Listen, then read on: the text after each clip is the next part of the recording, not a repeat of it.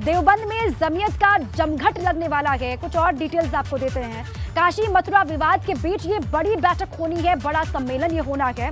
2 दिन तक देवबंद में राष्ट्रीय सम्मेलन होगा। मौलाना महमूद मदनी अध्यक्षता करेंगे इस बैठक की, सम्मेलन की। संगठन की गवर्निंग बॉडी की भी बैठक होगी, ऐसी जानकारी है।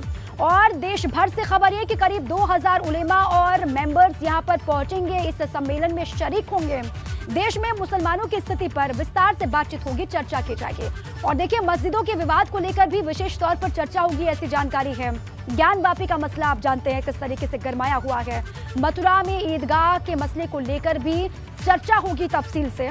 और चार मीनार, कुतुब मीनार जैसे मुद्दों पर भी बातचीत संभव है, चर्चा होगी। और देखिए, जिला प्रशासन ने कार्यक्रम के लिए अनुमति दे दी है और जिला प्रशासन भी वहां पर नजर रखे हुए है, पैनी नजर है प्रशासनिक अधिकारियों की भी। तो देखिए, 2 दिन तक ये बैठक होनी है, चर्चा होनी है। इस बैठक से, इस सम्मेलन से क्या बाहर निकल करके आता है, इस पर हमारी भी लगातार नजर है। और अपने आप में जो इस वक्त विवाद चल रहा है मंदिर मस्जिद को लेकर, उस बीच में ये सम्मेलन अपने आप में बहुत अहम हो जाता है।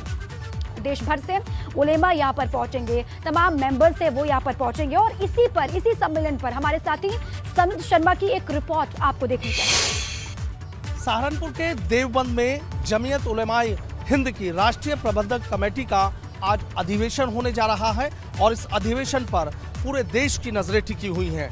देवबंद के इस ईदगाह मैदान में होने वाले इस अधिवेशन को लेकर जो तमाम तैयारियां हैं वो यहाँ पर पूरी कर ली गई हैं और देश के करीब 23 राज्यों से जो उलेमा है वो यहाँ पर शिरकत करेंगे। करीब 2500 से ज़्यादा जो उलेमा है वो यहाँ पर शिरकत करेंगे। जो ज्ञानव्यापी मस्जिद प्रकरण है, मथुरा का श्री कृष्ण जन्मभूमि ईदगाह प्रकरण है, कुतुब मीनार प्रकरण है और जो कॉमन सिविल कोड है, ऐसे तमाम महत्वपूर्ण मसलों पर यहाँ मंथन किया जाएगा। और सबसे बड़ी बात यह है कि यहाँ पर कुछ प्रस्ताव रखे जाएंगे और प्रस्ताव रखने के बाद उन पर वोटिंग होगी और वोटिंग होने के बाद उन प्रस्तावों को पास कर दिया जाएगा। सबसे बड़ी बात यह है कि जमीयत उलेमाए हिंद के इस अधिवेशन पर सबकी नजरें टिकी हुई हैं। यहाँ पर एक बात और निकलकर सामने आ रही है कि हिंदू मुस्लिम एकता और कैसे प्रगाढ़ हो, कैसे और ज्यादा से मजबूत किया जाए, इस पर भी कहीं ना कहीं मंथन होने जा रहा है। यहाँ देश के कोने कोने से उलेमा पहुंच रहे हैं और इसको 2 दिन ये अधिवेशन चलेगा, आज और कल। और इसमें 3 सेशन है वो होंगे। जो पहला सेशन है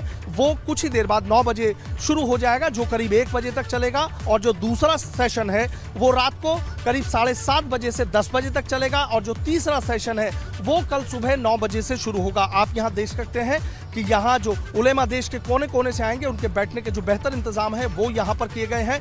कल सुबह से लेकर रात तक जो तमाम तैयारियां हैं उनको यहाँ अंतिम रूप दिया गया था और अब जो उलेमा है वो भी यहाँ पर आने शुरू हो गए हैं। पूरे देश ही नहीं बल्कि कहा जाए कि पूरी दुनिया की नजरें इस अधिवेशन पर टिकी हुई हैं, क्योंकि जमीयत उलेमाए हिंद ने हमेशा एक संदेश देने का काम किया है जो कहीं ना कहीं समाज के लिए नजीर बना है। मुस्लिमों के सामने किस तरह की चुनौतियां हैं उन पर भी यहाँ मंथन होगा। देखना होगा कि आखिर ऐसे कौन से वो महत्वपूर्ण प्रस्ताव हैं जिन पर यहाँ मंथन किया जाएगा, जिनको यहाँ पास किया जाएगा और उसका समाज में एक तरीके से जो क्या संदेश है वो यहाँ पर जाएगा। इस पर भी सबकी नजरें टिकी हुई हैं। बहरहाल बात चाहे जो भी हो, लेकिन जिस तरीके से इस समय धार्मिक स्थलों को लेकर जो तमाम मुद्दे चल रहे हैं, तमाम विवाद चल रहे हैं, आखिर उन पर यहाँ क्या बात कही जाएगी जिसकी आवाज दूर तलक जाएगी।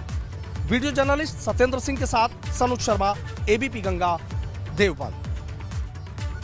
मेरे साथी सनुज की ये थोड़ी देर पहले की रिपोर्ट आपने देखी, किस तरीके से तैयारियां वहां पर की गई हैं। 2 दिन तक ये सम्मेलन चलना है, 3 फेजेस में ये सम्मेलन होगा। क्या तैयारी है, कौन कौन पहुंचेगा, इसी पर ये उनकी खास रिपोर्ट थी। अब सीधे आपको सनुज के पास ही ग्राउंड पर लिए चलते हैं। सनुज की मौजूदगी वहीं पर है। सनुज, देखिए, जमीयत उलेमा हिंद का ये सम्मेलन है, 2 दिनों तक ये सम्मेलन चलेगा। बहुत अहम हो जाता है यहाँ से निकली हुई हर एक बात, क्योंकि जिस तरीके से बहस इस वक्त देश भर में है मंदिर मस्जिद को लेकर, तमाम तकरीरें चल रही हैं, उस बीच में ये जो सम्मेलन है वो बहुत इंपॉर्टेंट हो जाता है। सनुज,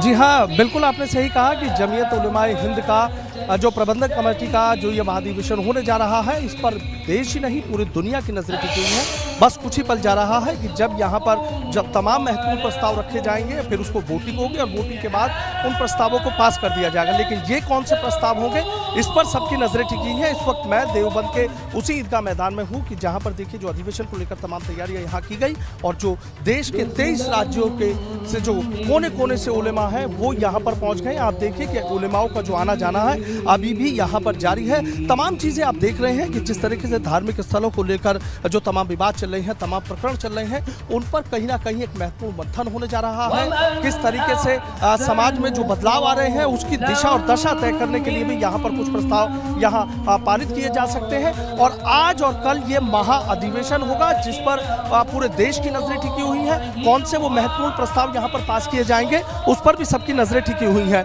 यहाँ कुल मिलाकर 3 सेशन होंगे। जो एक सेशन है वो कुछ ही देर बाद यहाँ शुरू हो जाएगा और उसके बाद शाम को करीब 7:30 बजे से रात 10 बजे तक दूसरा सेशन होगा और जो तीसरा सेशन है वो यहाँ पर कल होगा। फिलहाल यहाँ पर जो उलेमा है उनका आना जाना शुरू हुआ। ये देखिए कि यहाँ पर जो महमूद मदनी है इनकी अध्यक्षता में ही ये जमीयत उलेमा हिंद के राष्ट्रीय अध्यक्ष हैं महमूद असद मदनी और इनकी अध्यक्षता में ये जो महासम्मेलन है वो यहाँ पर होने जा रहा है, जो अधिवेशन है वो यहाँ पर होने जा रहा है। और उनके ठीक बराबर में आप देखिए कि जो दारुल उलूम देवबंद है उसके मोहतमिम है मुफ्ती अबुल कासिम नौमानी साहब वो भी यहाँ पर पहुँच गए हैं।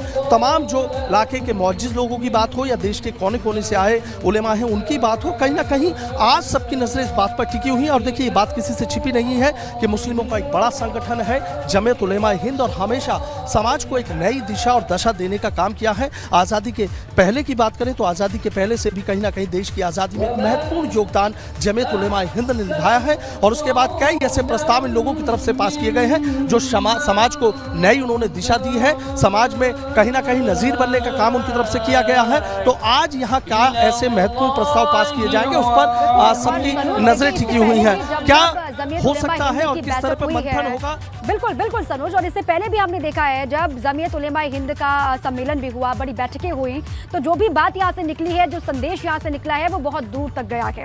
अब चूंकि मथुरा का मसला हम देख रहे हैं, काशी में जिस तरीके से विवाद है, कोर्ट में जिस तरीके से मामला चल रहा है, कुतुब मीनार ताजमहल को लेकर जिस तरीके से बातचीत इस वक्त देश के भीतर है, उस बीच में यहाँ से क्या बातें होती हैं वो बहुत अहम हो जाएंगी सनोज। जी बिल्कुल, ये सारी बातें अहम हैं। इन तमाम मसलों पर मंथन होगा। नियाज फारूकी साहब हैं, जमीयत उलमा हिंद के नेशनल सेक्रेटरी है, उनसे हम बात कर लेते हैं। सर एक चीज़ जानना चाहूँगा कि आज जो जमीयत उलमा हिंद का यह अधिवेशन होने जा रहा है इस पर पूरे देश ही नहीं दुनिया की नजरें टिकी हैं और हमेशा समाज में एक नया बदलाव लाने का, एक नज़ीर पेश करने का काम जो है जमीयत उलमा हिंद ने किया है। तमाम चीज़ें आप देख रहे हैं, तमाम धार्मिक स्थलों के प्रकरण इस समय चल रहे हैं, कई जगह विवाद चला है, तो क्या ऐसे महत्वपूर्ण प्रस्ताव है जो आज यहाँ रखे जा सकते हैं? जी, आज के जो भी है अधिवेशन में जो प्रस्ताव आने हैं मैं बता दूं, जो मुल्क में बढ़ती हुई ये अदावत और नफ़रत की मुहिम चल रही है उसके ख़िलाफ़ हमारा फोकस है कि यहाँ से हम वो इसका हल पेश करेंगे कि किस तरीके से इस पर काबू पाया जाए और सब समुदाय के लोग मिलकर इसका किस तरह से मुकाबला करें।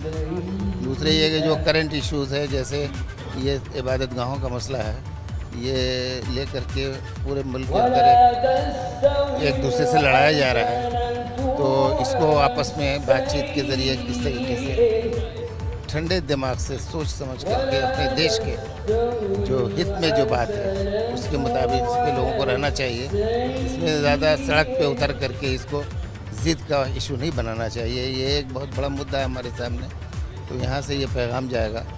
और उसके अलावा जमीयत उलमा हिंद के जो सोशल रिफॉर्म के बहुत सारे प्रोग्राम हैं, जो हमारे नशे की प्रॉब्लम पूरे मुल्क में बहुत फैल रही है, शराब की प्रॉब्लम बहुत फैल रही है और समाज में बहुत सारी गंदी बातें और गिरावटें जो फैल रही हैं उनको किस तरीके से कंट्रोल किया जाए, इसके बारे में हमारे प्रस्ताव हैं। इसलिए मुसलमानों के एजुकेशनली बहुत पिछड़ापन है, तो मुसलमानों में एजुकेशन को कैसे फैलाया जाए।